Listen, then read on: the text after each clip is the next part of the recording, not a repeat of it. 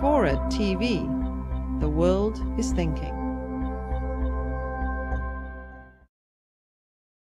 I would say that actually the way it turns out, profit-making insurance companies have a huge limitation for giving all the wrong incentives, as has been discussed even by economists like Paul Samuelson, Kenneth Arrow, with whom I had lunch today.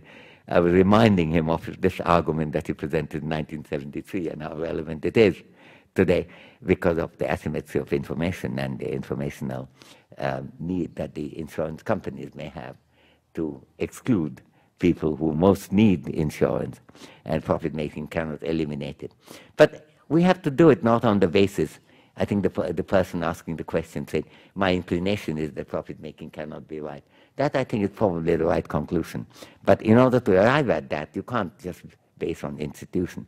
Quite people also had a similar idea that basic necessities of life must not be produced by profit-making but by the state. Well, that didn't prove to be a very robust thought. In fact, quite often profit-making companies make better use of it. And to just think about the debate in India when people were wondering whether allowing private companies to come into the telephone, and I have to say that the improvement that has been made by competitive profit-making telephone companies is great. So ultimately one has to see how things work out. And that is the approach of Nair, and that's what I'm trying to pursue.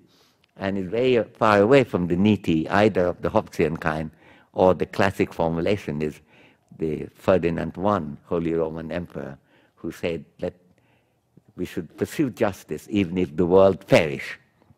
I think that's a very non-Nair view, because if the world does perish, there won't be much justice to celebrate in that world. So I would say maybe the conclusion is right, but it should not be based on a gut feeling. It has to be shown that that is indeed the case. Turns out that it's probably so.